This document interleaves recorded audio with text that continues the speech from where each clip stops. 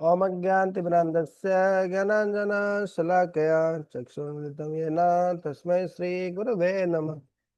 नमो विष्णुपादाय कृष्णप्रेष्ठाय भूतले श्रीमते भक्तिवेदान्त स्वामिनिति नामिने।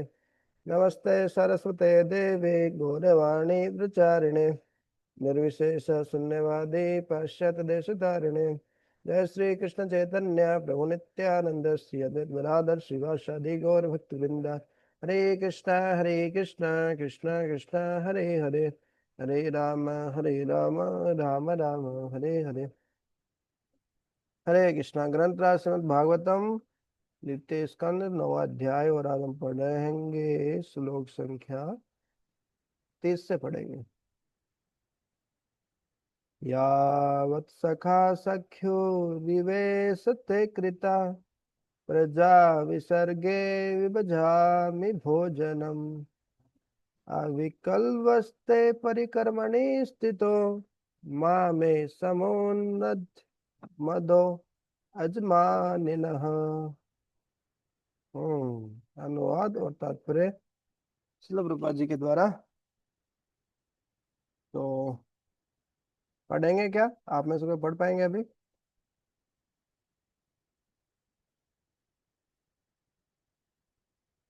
पढ़े वैसे। मैं पढ़ता हूँ। हरे कृष्णा। हम्म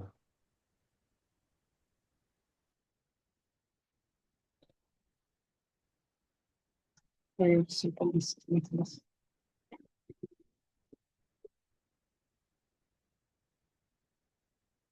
हे अजन्मा भगवान, आपने मुझसे उसी प्रकार हाथ मिलाया है जिस प्रकार कोई मित्र अपने मित्र से मिलाता है, मानो पद में सम्मान हो।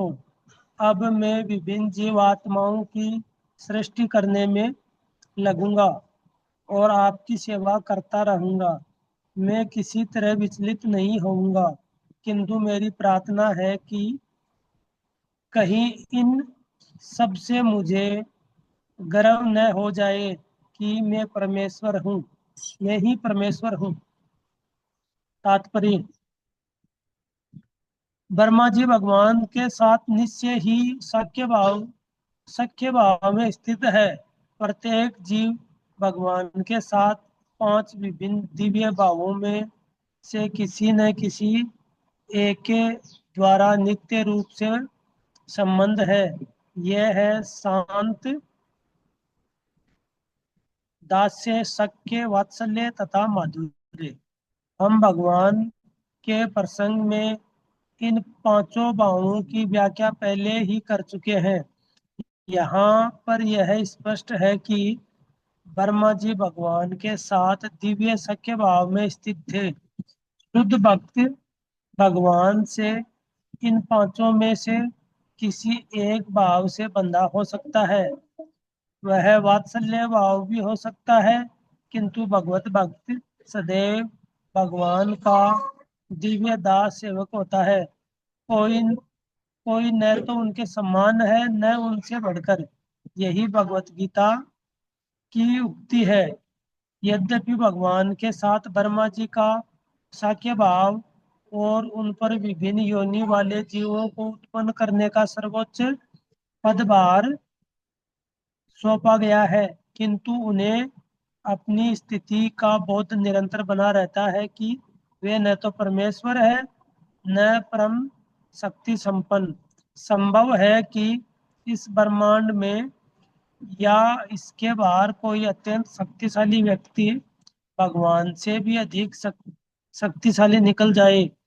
फिर भी शुद्ध भक्त जानता है कि यह शक्ति तो भगवान भगवान द्वारा प्रदत्त विभूति है, और ऐसी शक्ति से युक्त जीवात्मा कभी स्वतंत्र नहीं हो सकता। श्री हनुमान जी ने कूदकर समुद्र पार कर लिया था, किंतु श्री रामचंद्र ने सेतु पर चढ़कर ही पार किया, जिसका अर्थ यह नहीं है कि हनुमान जी उससे अधिक बलशाली थे।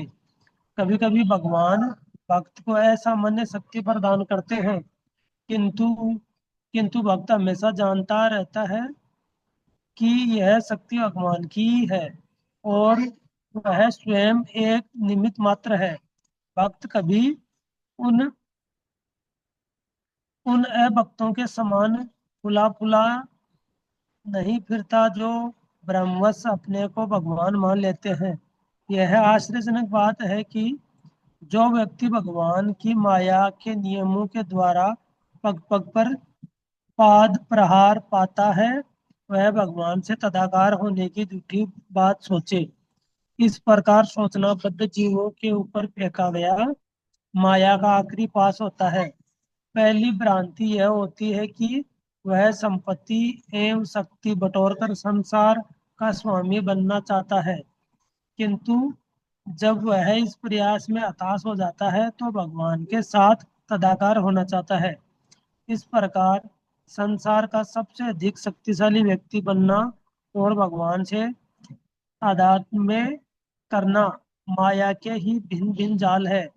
चूंकि भगवान के शुद्ध भक्त शरणागत होते हैं, अतः वे माया के मोह पास से ऊपर है।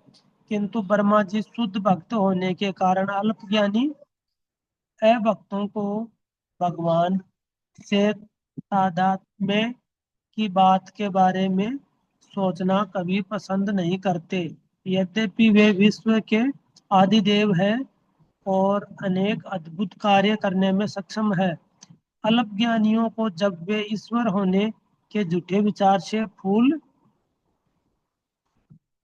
जाते हैं, ब्रह्मा जी से शिक्षा ग्रहण करनी चाहिए। वस्तुतः ब्रह्मा जी जीवात्माओं को उत्पन्न नहीं करते। उन्हें सृष्टि के प्रारंभ में यह अधिकार दिया गया कि वे जीवात्माओं को पूर्व कल्प में किए गए कर्मों के अनुसार शरीर प्रदान करें। ब्रह्मा जी का कार्य इन जीवात्माओं को निद्रा से जगाकर उन्हें उनके समुचित कार्यों में लगाना है। ब्रह्मा जी जीवात्माओं की सृष्टि मनमाने ढंग से नहीं करते, अपितु उन्हें विविध प्रकार के शरीर प्रदान करने का कार्यभार भी सौंपा जाता है, जिससे जिससे वे तदनुसार कर्म कर सके। इतने पर भी ब्रह्मा जी को इसका बोध बना रहता है कि वे निमित्त मात्र है, जिससे वे अपने को परमेश्वर न मान बैठे। भक्तजन भगवान द्वारा प्रदत्त कार्यों में संलग्न रहते हैं और ऐसे कार्य निर्बाध चलते रहते हैं, क्योंकि भगवान से आदेश जो प्राप्त है, सफलता का श्रेय कर्ता को नहीं बल्कि भगवान को मिलता है। किंतु जो अल्पज्ञ है, वे सफलता का कारण अपने को मानते हैं और भगवान को कोई श्रेय नहीं देते। यह है अभक्त पुरुषों का लक्षण है। हरे कृष्ण। हरे कृष्णा। तो ब्रह्मा जी तपस्या करना शुरू किए, भगवान के दर्शन हुए, भगवान के धाम के दर्शन हो गए, और फिर भगवान के बारे में बता रहे हैं। और यहाँ पे बताएं, हे अजन्मा भगवान, आपने मुझसे उसी प्रकार हाथ मिलाया। पहले वाले अध्याय श्लोक में पढ़ा कि भगवान ने उनसे हाथ मिलाया, और हो सकता है हाथ ऐसे मिलाया हो, ऐसे टच किया हो, ऐसे मिलाया हो, या जैसे भी मिलाया। जि- तो बहुत प्रसन्न हाथ मिला के, जिस प्रकार कोई मित्र अपने मित्र से मिलाता है, मानो पद में समान हो। अब मैं विभिन्न जीवात्माओं के सृष्टि में लगूंगा और आपकी सेवा करता रहूंगा। अब भगवान यही आदेश दिए, यही सेवा दिए, तो वही करेंगे, जो देंगे वही वो करेंगे। बोले तो भौतिक है, सृष्टि करना, ये सब करना, फंस जाऊंगा। तो ब्रह्मा जी भी प्रार्थना की, हाँ ये तो भौतिक है, फंस जाऊंगा, आशीर्वाद भी दीजिए आप, एम्पावर भी कीजिए, इसको बोलते हैं कि हमको कोई सेवा देने के साथ साथ में एम्पावर भी कीजिए। तो भगवान और वैष्णव जन हमको एम्पावर भी करते हैं, उसके साथ साथ में वो कार्य करने की शक्ति भी दे देते हैं वास्तव में। हाँ, तो इस तरह मैं विचलित नहीं होऊंगा, किंतु मेरी प्रार्थना है कि कहीं इन सबसे मुझे गर्व न हो जाए कि मैं ही परमेश्वर हूँ। ये गर्व, ये अहंकार हो ही जाता है। कोई राजनीतिक सत्ता में एक बार बन गया मुख्यमंत्री, दूसरी बार बन गया, तीसरी बार बन गया, फिर तो है उनका अहंकार सातवें आसमान पे पहुंच जाता है, क्या ही कुछ नहीं करता वो। तो अहंकार तो रावण का ही नहीं चला, बोलते हिरण्यकशिपु का नहीं चला, तो छोटे मोटे लोगों का क्या ही चलेगा। तो ब्रह्मा जी, तो छोटी छोटी चीजों में हमको अहंकार आ जाता है, छोटी सी बात को लेके ही हम सोचते हैं हाँ कितना महान हूं मैं, हैं? लेकिन ब्रह्मा जी बोल रहे हैं इतना पूरी भौतिक ब्रह्मांड की सृष्टि करने के बाद भी उनको अहंकार नहीं आए। क्योंकि ब्रह्मा जी तात्पर्य में बता रहे हैं, एक होता है फर्स्ट स्नेर ऑफ माया, एक लास्ट स्नेर ऑफ माया। मतलब माया का पहला पहला जाल है। पहला जाल यही है माया का कि हम सोचते हैं कि मैं ही तो भोगता, मैं ही तो मालिक इस दुनिया का है, और सारी दुनिया की संपत्ति मेरी हो। और बच्चों को भी ऐसे पढ़ाते हैं, क्लास में भी यही सिखाते हैं? हमारे स्कूल्स कॉलेज में भी ये सिखाते हैं। हाँ, ये शिक्षा ग्रहण करने का उद्देश्य यही है कि आपको बहुत बड़ा व्यक्ति बनना है? ऐसे कंपनी का मालिक बनना है जिसमें लाखों लोग, लाखों एम्प्लॉयज आपके अंडर में काम करें। और इस प्रकार से बहुत सारी चीजें भौतिक, हाँ, तो भौतिक दुनिया है उसमें यही यही एकमात्र उद्देश्य होता है कि इस भौतिक जगत का कंट्रोलर, प्रोपराइटर और इंजॉयर कैसे बना जाए। ज्यादा से ज्यादा सुख सुविधाओं की चीजें हमारे पास में हो, सब लोग मेरे कंट्रोल में रहे। हालांकि अपने परिवार वालों को भी कंट्रोल नहीं कर पाते हैं, परिवार वालों की बात छोड़िए, अपने खुद के शरीर को भी कंट्रोल नहीं कर पाते हैं। शरीर भी बहुत बार नाना प्रकार की व्याधियां, कष्ट आ जाते हैं, और फिर उनको भी कंट्रोल करना मुश्किल जाता है, शरीर को ही कंट्रोल करना मुश्किल जाता है। तो वही लिख रहे हैं प्रभा जी तात्पर्य में कि मूर्ख व्यक्ति ये समझ नहीं पाता है कि मैं अपने शरीर को कंट्रोल नहीं कर पा रहा, शरीर से ऊपर मन को कंट्रोल करना तो और ही मुश्किल काम है? तो मैं खुद को ही कंट्रोल नहीं कर पा रहा, तो सारी दुनिया को कैसे कंट्रोल कर लूंगा? तो ये पहला माया का जाल रहता है। हम सोचते हैं कि मैं ही तो अ, परम नियंता हूँ, हर चीज को नियंत्रित करके दिखाऊंगा, है? जैसे मैनेजर करते हैं ना, काम करवाना होता है, करना ही पड़ता है एम्प्लॉयज को, लेबर को कंट्रोल करना पड़ता है, ऐसे कर ऐसे कर, है? तो ये हो गया कंट्रोलर। फिर प्रोपराइटर, सब कुछ मेरा है, मैं ही तो स्वामी यहाँ का है? फिर मेरे ही तो मजे के लिए, और तुम क्यों काम कर रहे हो, है? मेरी ही प्रसन्नता के लिए कर रहे हो ना। तो ये माया का पहला जाल है, और ये पूरा हो नहीं पाता भौतिक जगत में, है? क्योंकि कंट्रोल होता नहीं है, हर चीज के प्रोपराइटर हो नहीं सकते। तो फिर क्या होता है, व्यक्ति भगवान बनना चाहते हैं। बहुत सारे आध्यात्मिक गुरु देखेंगे, वो शुरू में भगवान बनने के उद्देश्य से नहीं निकले थे, वो सब जेन्युइन ही थे, वास्तविक ही थे। लेकिन जैसे जैसे फेमस होते हैं, प्रसिद्धि मिलती है, सब कुछ मिलता है, मान सम्मान मिलता है, धीरे धीरे आगे बढ़ते हैं आध्यात्मिकता में, तो फिर वो माया का भूत सवार हो जाता है, जो माया का अंतिम जाल है वो उनको पकड़ लेता है। वो फिर बोलते हैं नहीं, हम ही तो भगवान है, इतने लोग हमारी पूजा कर रहे हैं, मान सम्मान मिल रहा है। तो ये लास्ट स्नेर ऑफ माया। अ, व्यक्ति भगवान बनना चाहते हैं। विशेष तौर से जैसे जैन धर्म है, उनमें तो मतलब उनका उद्देश्य ही वही है, भगवान बनना ही उनका उद्देश्य है। तो फिलोसॉफी ही गलत है। तो कई के बार बता रहे प्रभा जी तात्पर्य में, कई के बार भक्तों को भगवान असीम शक्ति देते हैं, लेकिन भगवान भगवत गीता में साफ साफ बताइए, यद यद विभूति सत्वम श्रीमतोजितम एव वा तत्त एव अवगच्छत्वम मम तेजो अंश संभवम। जो जो विभूतियां देख रहे हैं, बहुत ऐश्वर्य देख रहे हैं, वो कुछ नहीं है, मेरी शक्ति का एक स्फुलिंग मात्र है जी, एक चिंगारी मात्र है। तो यहाँ से पता चलता है कि भगवान कितने शक्तिशाली है। अपने भक्तों का कई बार इतना एम्पावरमेंट करते हैं कि लगता है कि अरे भक्ति तो भगवान से भी शक्तिशाली है। हनुमान जी एक छलांग में पार कर लिए, और भगवान राम जी को देखिए सेतु बनाना पड़ा बोले जाने के लिए। लेकिन इसका मतलब ये नहीं है। तो ये भगवान बनने का जो विचार है, बहुत ही खतरनाक विचार है। आध्यात्मिकता में जब व्यक्ति सोचने लगता है कि मैं ही भगवान बनूंगा, तब से उसका पतन होना शुरू होता है, उसकी पूरी, है, आध्यात्मिक प्रगति जीरो जीरो हो जाती है उसकी।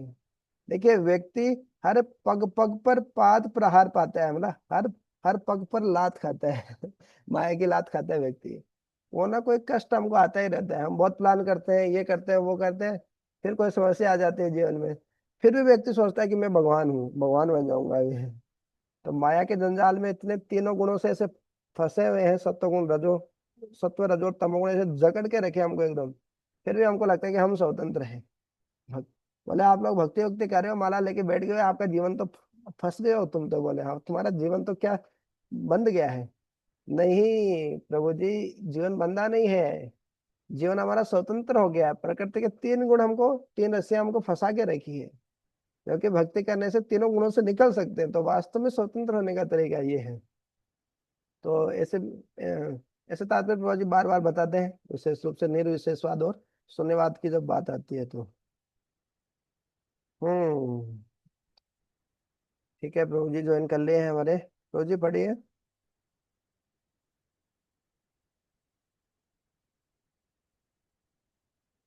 कि ड्राइविंग कर रहे हैं अभी? हरे कृष्णा प्रभु जी, मैं रास्ते में हूँ। ओ अच्छा दंडवत अच्छा। प्रणाम। ठीक है ठीक है। ठीक है आगे पढ़ते हैं। श्री भगवान वाचा ज्ञानम परमं गुह्यं मे यद विज्ञान समन्वितम सहरस्यम तदंगम च गृहाण गदितम मया। पढ़िए अनुवाद और तात्पर्य पढ़िए। श्री भगवान ने कहा, शास्त्रों में वर्णित मुझसे संबंधित ज्ञान अत्यंत गोपनीय है। उसे भक्ति के समन्वय द्वारा प्राप्त किया जा सकता है। इस विधि के लिए आवश्यक सामग्री की व्याख्या मेरे द्वारा की जा चुकी है। तुम इसे ध्यानपूर्वक ग्रहण करो। तात्पर्य। ब्रह्मा जी इस ब्रह्मांड में भगवान के सर्वोच्च भक्त है। अतः भगवान ने उनके चार प्रश्नों का उत्तर चार महत्वपूर्ण वक्तव्यों के रूप में दिया है, जो चतुश्लोकी मूल भागवत भागवत के नाम से ज्ञात है। ब्रह्मा जी के प्रश्न इस प्रकार थे। पदार्थ में तथा आध्यात्म में भगवान के कौन कौन से रूप है? भगवान की विभिन्न शक्तियां किस प्रकार कार्य करती है? भगवान अपनी शक्तियों को किस प्रकार संचालित करते हैं? ब्रह्मा को उन्हें सौंपे गए कार्य के संबंध में किस प्रकार आदेशित किया जाए? इन प्रश्नों का पूर्वाभास इस श्लोक में मिलता है। भगवान ब्रह्मा को सूचित करते हैं कि शास्त्रों में वर्णित भगवान विषय ज्ञान अत्यंत सूक्ष्म है और जब तक कोई भगवत कृपा से स्वरूप सिद्ध न हो, इसे समझ नहीं सकता। भगवान कहते हैं कि जिस प्रकार से जिस तरह वे व्याख्या करते जाएं, उसे वे उत्तर के रूप में ग्रहण करते जाएं। इसका अर्थ यह हुआ कि परमेश्वर संबंधी दिव्य ज्ञान को तभी प्राप्त किया जा सकता है जब भगवान स्वयं उससे प्रदान करे। बड़े से बड़े संसारी चिंतक भी चिंतन द्वारा परम सत्य भगवान को नहीं समझ पाते। चिंतन के निर्गुण ब्रह्म ब्रह्म का साक्षात्कार तो हो सकता है, किंतु वस्तुतः पूर्ण दिव्य ज्ञान तो निर्गुण ब्रह्म के ज्ञान के परे है। इसलिए इसे परम गुह्य ज्ञान कहा गया है।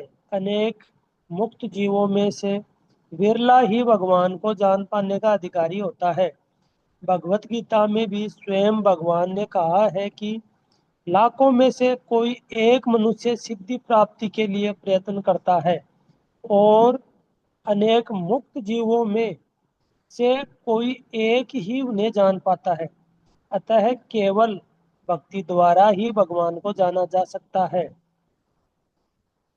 रहस्यमय का अर्थ यह है कि भगवत भक्ति श्री कृष्ण ने अर्जुन को भगवत गीता का उपदेश इसलिए दिया क्योंकि अर्जुन उनका भक्त तथा मित्र था। ऐसी योग्यता के बिना भगवत गीता के रहस्यों को नहीं समझा जा सकता। अतः जब तक कोई भक्त बनकर भक्तिमय सेवा नहीं करने लगता, तब तब तक वह श्री भगवान को समझ नहीं पाता।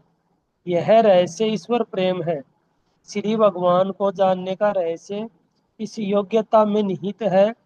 ईश्वर के दिव्य प्रेम को प्राप्त करने के लिए भक्ति संबंधी विधि विधानों का पालन आवश्यक है।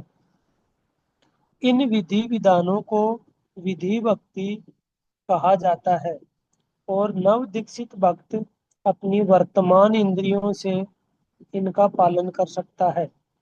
ऐसे विधि विधान मुख्यतः भगवान की महिमा के श्रवण तथा कीर्तन पर आधारित है,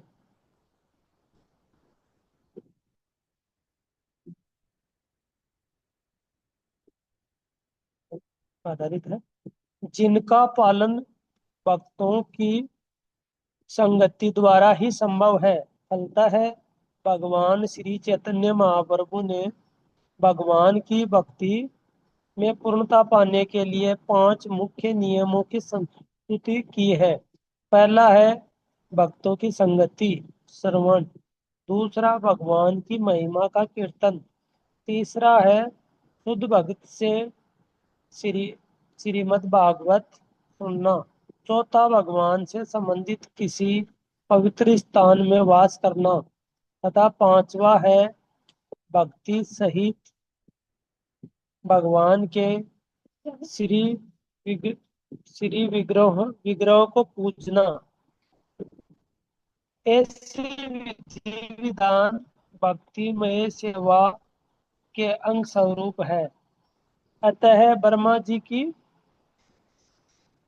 प्रार्थना के अनुसार भगवान इन चारों प्रश्नों तथा इनके अंगभूत प्रश्नों के विषय में अपनी व्याख्या प्रस्तुत करेंगे। हरे कृष्ण। हरे कृष्णा। तो ये वास्तव में जो हम श्रीमद् भागवतम पढ़ते हैं 12 स्कंद है और मोटी मोटी ऐसी 12 किताबें हैं। अरे बाप रे, इतनी मोटी मोटी किताबें कौन पढ़ेगा रे। तो वास्तव में ये भगवान ब्रह्मा जी को उपदेश दिए तो ये इतने सारे 18,000 श्लोक नहीं बोले हैं, केवल 4 ही श्लोक बोले हैं। 4 ही श्लोक में सब कुछ हो गया है। लेकिन हम कलयुग के मंद सुमंद बत्ते हो, बहुत ही मंद बुद्धि वाले जीव हैं तो व्यासदेव ने उनका विस्तार किया है। चलो 4 श्लोकों में क्या ही समझोगे, तो 18,000 श्लोकों के रूप में विस्तार हुआ श्रीमद् भागवतम है। ऐसे चतुश्लोकी भगवत गीता भी है। भगवान ने 4 श्लोक में पूरी भगवत गीता सुना दी है। हमने जब भगवत गीता पढ़ी थी तो वो 4 श्लोक भी देखे थे ना। तो 4 श्लोक ही वास्तव में पूरी भगवत गीता है। वो पढ़ लिया मतलब पूरी भगवत गीता नहीं पढ़ पा रहे हैं तो 4 श्लोक पढ़ लीजिए, हो गई। इसी तरीके से भागवतम में भी चतुश्लोकी भागवतम है। भागवतम के 4 श्लोक है, वो वास्तव में सारे भागवतम का सार है। तो भागवतम में ही आते हैं, 18,000 श्लोकों में ही आते हैं वो 4 श्लोक भी इसी में। तो ये उसी चतुश्लोकी भागवतम के बारे में बता रहे हैं। तो ये 4 प्रश्न उसमें ये मुख्य रूप से ये है। पदार्थ में तथा अध्यात्म में भगवान के कौन कौन से रूप हैं, भगवान की विभिन्न शक्तियां किस प्रकार से कार्य करती हैं जी, भगवान अपनी शक्तियों को किस प्रकार संचालित करते हैं, और ब्रह्मा जी को उनके सौंपे हुए कार्य के सामने किस प्रकार आदेशित किया जाए। तो भगवान, तो जो आध्यात्मिक ज्ञान है उसको वास्तव में भगवान से आ रहा तो ही उसको प्रमाणिक ज्ञान कहा जाएगा। क्योंकि ब्रह्म ज्ञान है वो भी कुछ नहीं है वास्तव में, क्यों उसमें भी कुछ कल्पना रहती है कुछ। जब खुद की बुद्धि से भगवान को नहीं समझ सकते, भगवान ही खुद के बारे में बताए तो उसको उससे ही भगवान को हम समझ सकते हैं। जैसे कोई चींटी है, कोई कीड़े मकोड़े भाग रहे हैं, उनको बोला जाए कि चलो बताओ मुरारी चरण दास के बारे में बताओ, तो क्या ही बताएगी, मतलब उसकी बुद्धि का स्तर क्या ही है। तो ऐसे ही हम भगवान के बारे में क्या ही बताएंगे, हमारा स्तर क्या ही है? तो भगवान ही यदि बताए, है ना।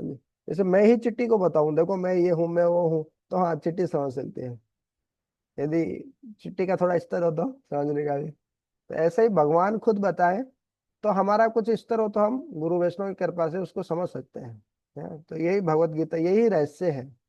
केवल भक्ति भाव से ही समझ सकते हैं भगवान को। क्या देंगे भगवान, भगवान की परिभाषा ही यही है, जो सबसे ज्यादा शक्तिशाली है, सबसे ज्यादा धनवान है, सबसे ज्यादा ज्ञानवान है, सबसे ज्यादा वैराग्यवान है। तो वैराग्य से भी नहीं भगवान को हम जीत सकते हैं। क्या वैराग्य दिखाएंगे, भगवान से विरक्त कोई हो सकते हैं? वो सब कुछ त्रिलोकीनाथ होने के बाद भी सुदामा के पैर धो रहे हैं? और अर्जुन के रथ चला रहे हैं, इससे इससे बड़ा विरक्त विरक्त कोई हो सकता है? नहीं हो सकते। तो न ज्ञान से न कोई धन से न किसी से भी भगवान को हम नहीं जीत सकते। भगवान को शरणागति से भक्ति भाव से ही जीता जा सकता है। तो यही भगवत गीता का रहस्य है। आप ऐसे भाव भक्ति तो नहीं कर सकते हम, देखो जी हम भगवान की सखियां और हम अभी चुनरी पहन के हम फिर डांस करेंगे सहजिया भाव में, जब वृंदावन में करते कई लोग। है? तो वैसे तो हम भगवान को नहीं भगवान को नहीं समझ सकते है। तो क्या क्या करना है, विधि विधानों का पालन करना है। जब तक स्तर उन्नत नहीं हो जाए तब तक नियम कानूनों का पालन करना है। सुबह जल्दी उठना, 16 मालाओं का जप करना, 4 नियम पालन करना, ये नियम कानून है हमारे लिए। क्यों? क्योंकि हम विधि भक्ति में है, अभी वेदी भक्ति कर रहे हैं, अभी साधना भक्ति कर रहे हैं। फिर रागानुगा भक्ति आती है? और फिर भाव भक्ति है, फिर बहुत अलग अलग और भी भक्तियां होती हैं? तो वो अलग है, बाद में है। पहले वैदिक भक्ति ही करनी है हमको, नियमों का। फिर वो उन्नत भक्ति करते तो उसमें नियम कानूनों की जरूरत नहीं रहती, उनका भगवान से स्वाभाविक प्रेम आ जाता है। राग उत्पन्न हो जाता है भगवान से। तो चैतन्य महाप्रभु जो ये 5 विधि मुख्य रूप से बताए हैं जिनका हम पालन करते हैं, ये क्या है? ABCD। ए मतलब एसोसिएशन, भक्तों का संग, भक्तों से सुनना, श्रवण करना। दूसरा क्या है? हाँ, AB।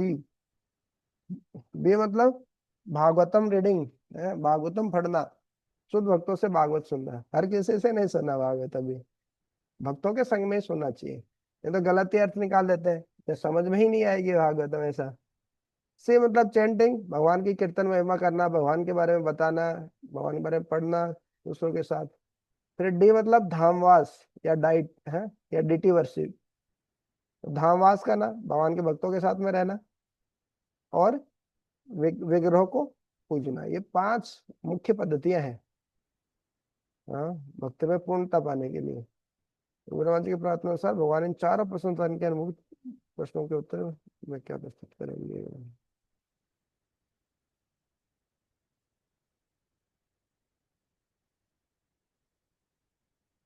ठीक है, एक और श्लोक पढ़ लेते हैं। यावान हम यथा भावो यद्रूप गुण कर्म कहा तथैव तत्व विज्ञानम अस्तु ते मद अनुग्रहात्। हम्म। हरे कृष्ण। मेरी अहेतु की कृपा से तुम्हारे अंतःकरण में उदय होने वाले वास्तविक बोध से तुम्हें मेरे विषय में सब कुछ, मेरा वास्तविक शाश्वत रूप तथा मेरा दिव्य अस्तित्व, रंग, गुण तथा कार्य ज्ञात हो सकेगा। तात्पर्य: परम सत्य भगवान विषय ज्ञान की दुरूहता को समझने में सफलता का रहस्य भगवान की अहेतु की कृपा है। भौतिक जगत में भी जिस प्रकार अनेक पुत्रों का पिता अपने किन्हीं लाडले पुत्रों को ही अपने पद का रहस्य बताता है, पुत्रों में से जिसे वह योग्य समझता है उससे ही रहस्योद्घाटन करता है। समाज में महत्वपूर्ण मनुष्य अपनी दयालुता के द्वारा जाना जाता है। इसी प्रकार भगवान को जानने के लिए मनुष्य को उनका अत्यंत लाडला होना चाहिए। भगवान असीम है, कोई भी उन्हें पूरी तरह नहीं जान सकता। केवल भगवान के प्रति प्रेमा भक्ति की उन्नति के सहारे ही भगवान को जानने के लिए प्रिय पात्र बना जा सकता है।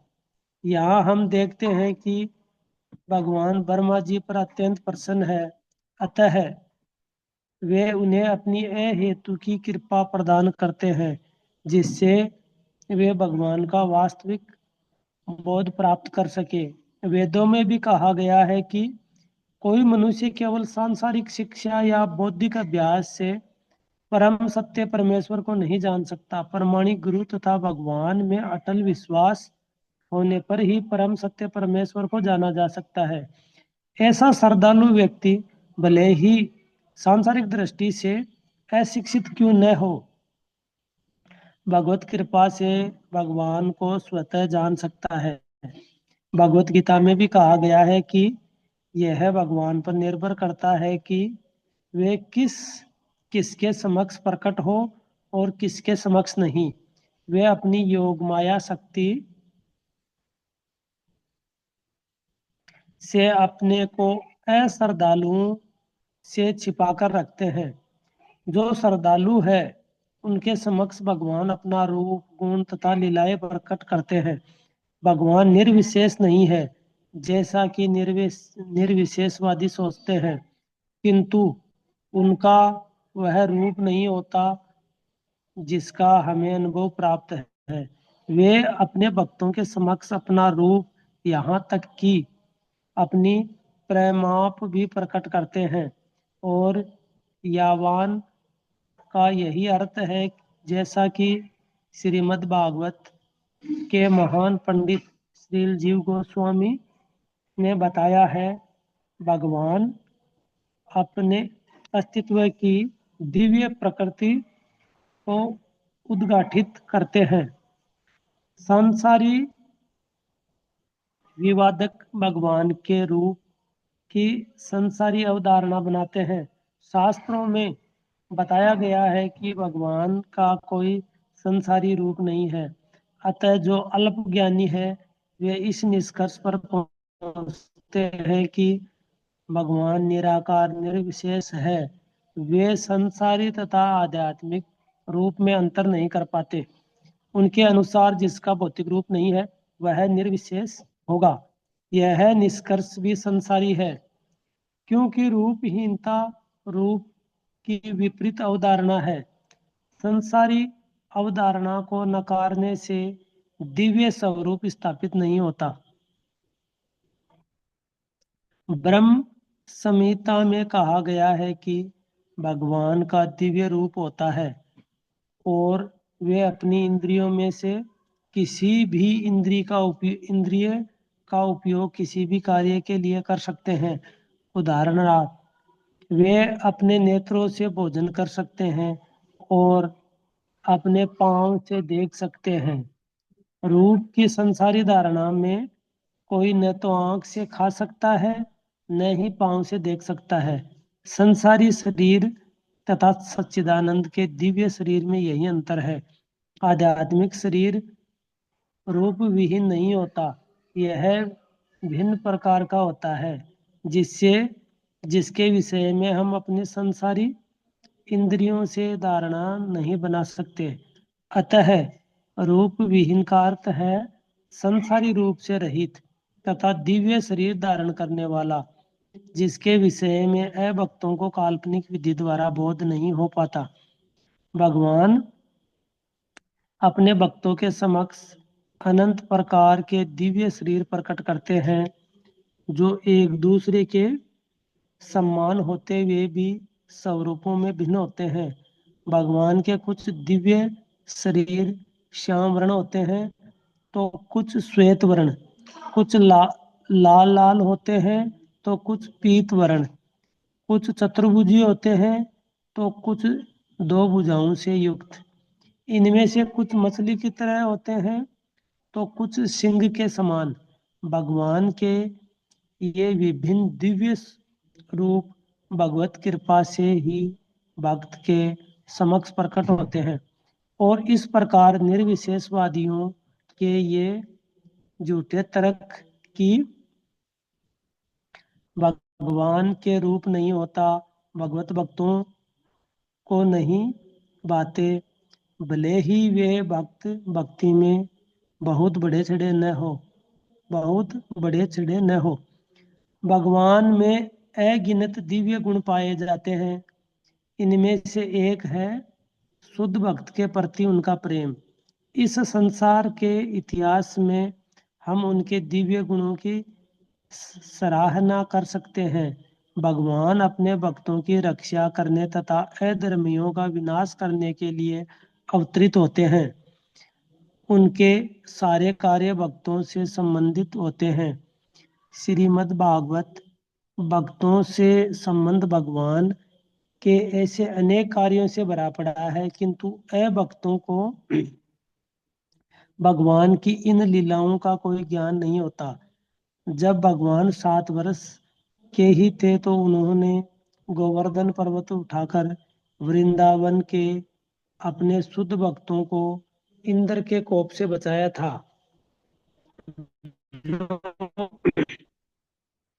वर्षा के द्वारा उस स्थान को आप्लावित कर रहा था।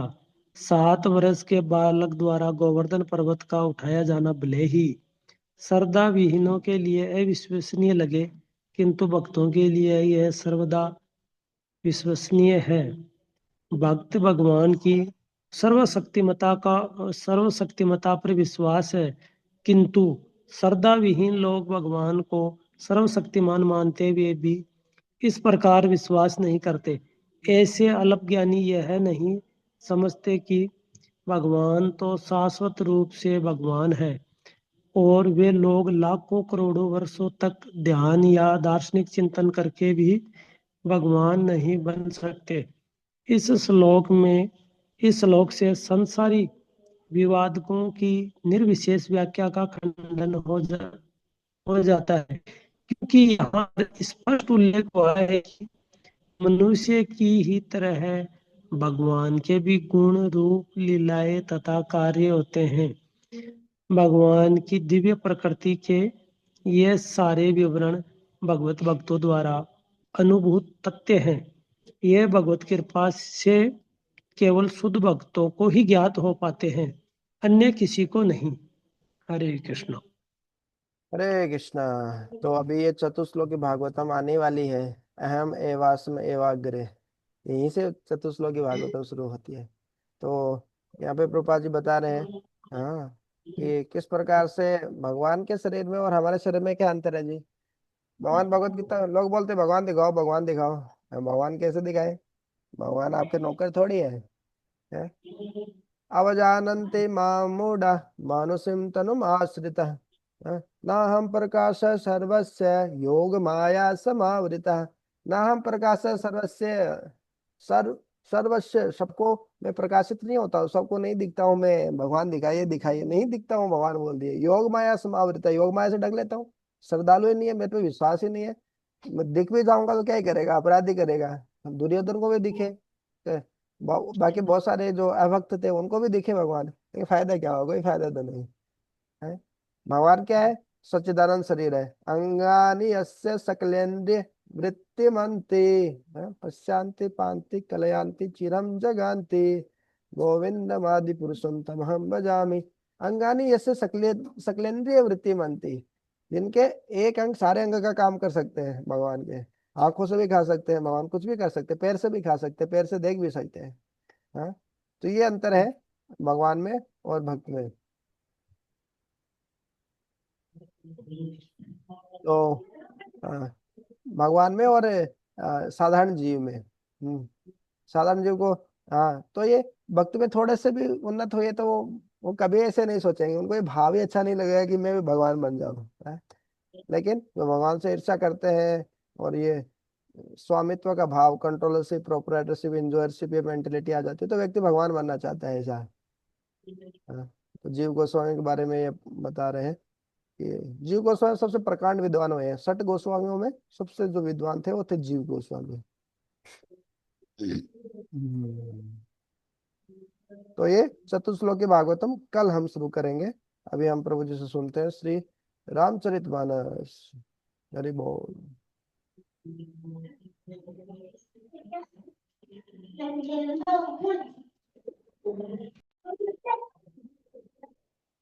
हरे कृष्णा प्रभु जी, दंडवत प्रणाम। सभी भक्तों को दंडवत प्रणाम। श्री और रामचंद्र भगवान की जय। भक्त शिरोमणि श्री हनुमान जी महाराज की जय। श्री प्रभुपाद जी की जय। संवेद भक्त वृंद की जय। मुनि अनुशासन गणपति पूज्य शंभु भवानी, कौसुनि संशय करे जनी, सुर अनादि जिय जानी। मुनियों की आज्ञा से शिवजी और पार्वती जी ने गणेश जी का पूजन किया। मन में देवताओं को अनादि समझकर कोई इस बात को सुनकर शंका न करे कि गणेश जी तो शिव पार्वती की संतान हैं, अभी विवाह से पूर्व वे कहाँ से आ गए। जसी विवाह के विधि श्रुति गाई, महामुनि न सो सब करवाई। कही गिरी सकुश कन्या पानी, भवहि समर्पी जानी भवानी। वेदों में विवाह की जैसी रीति कही गई है, महामुनियों ने वह सभी रीति करवाई। पर्वतराज हिमाचल ने हाथ में कुश लेकर तथा कन्या का हाथ पकड़कर उन्हें भवानी शिव पत्नी जानकर शिव जी को समर्पण किया। पाणी ग्रहण जब किन्न महेशा, यह हर्षे तब सकल सुरेशा। वेद मंत्र मुनि बर उच्चरहि, जय जय जय शंकर सुर करहि।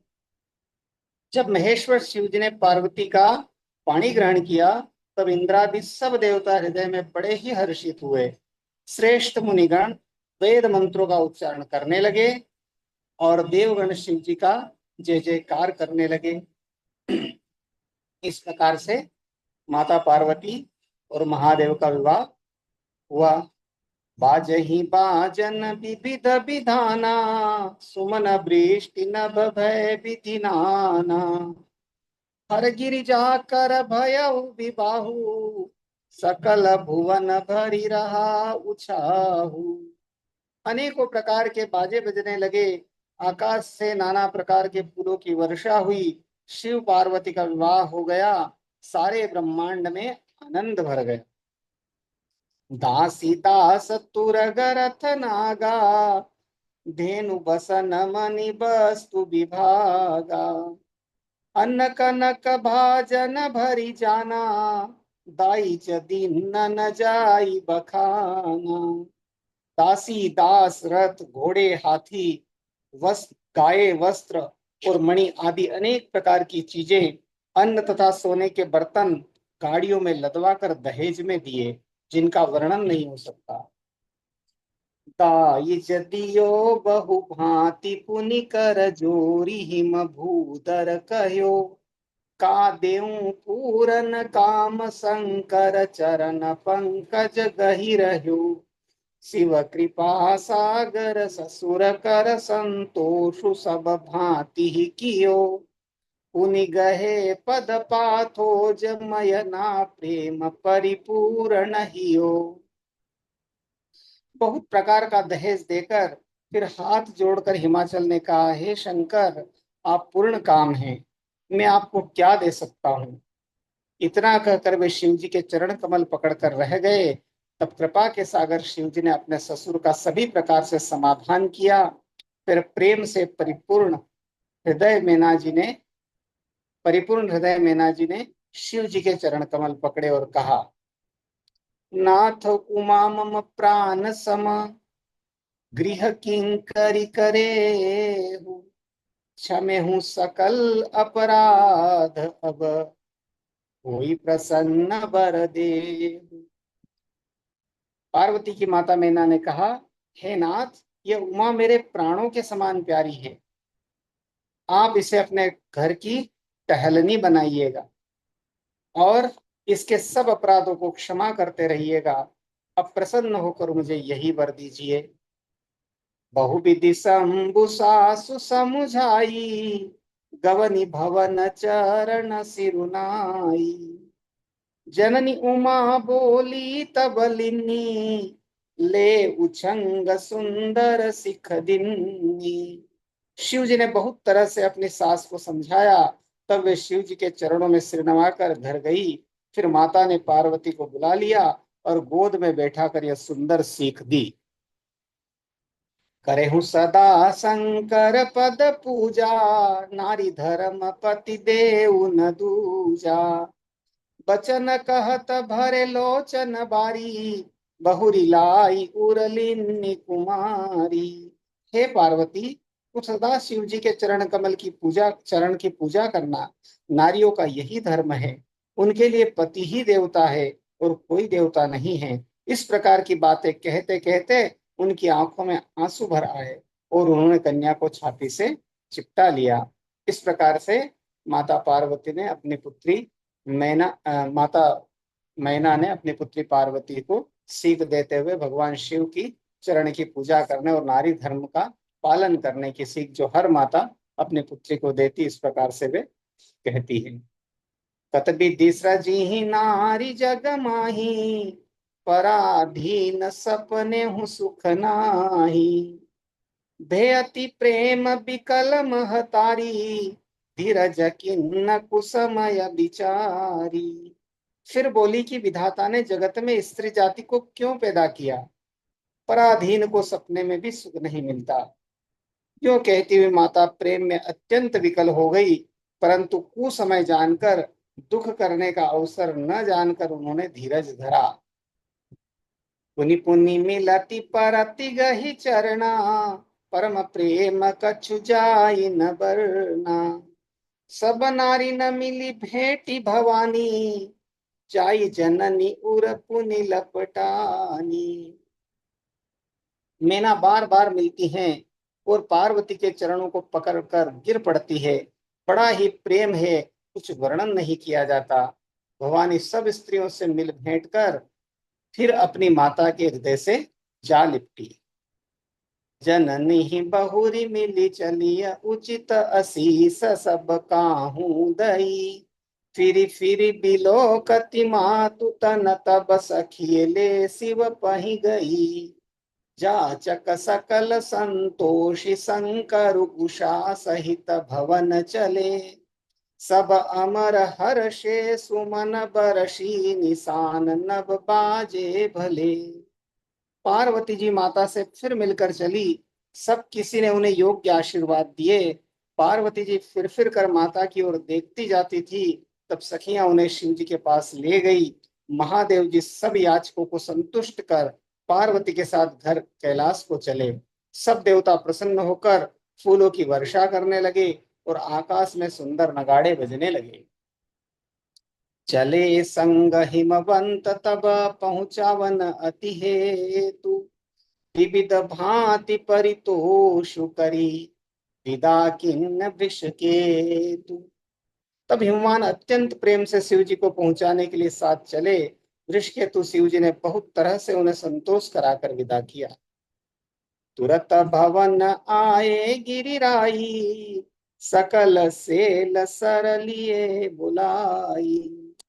आदर दान विनय बहुमाना सब कर विदा किन्न हिमवाना। पर्वतराज हिमाचल तुरंत घर आए और उन्होंने सब पर्वतों और सरोवरों को बुलाया।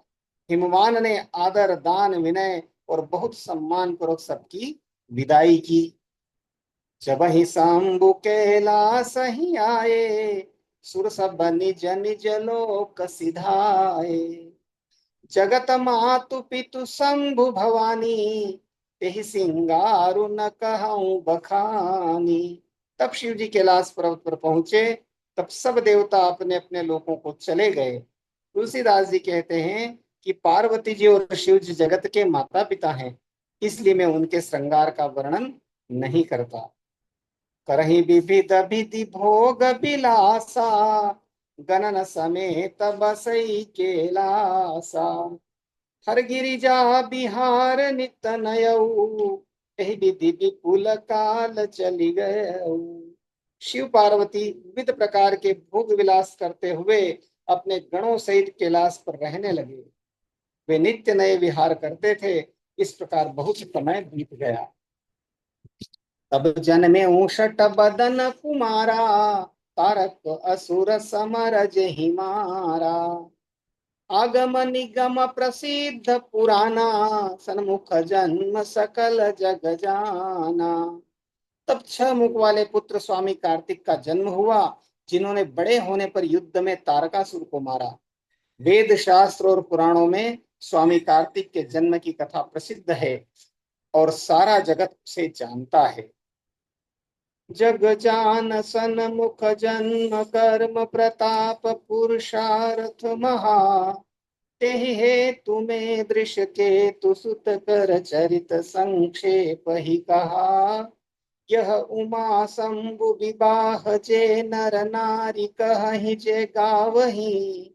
कल्याण काज विवाह मंगल सर्वदा सुख पावही।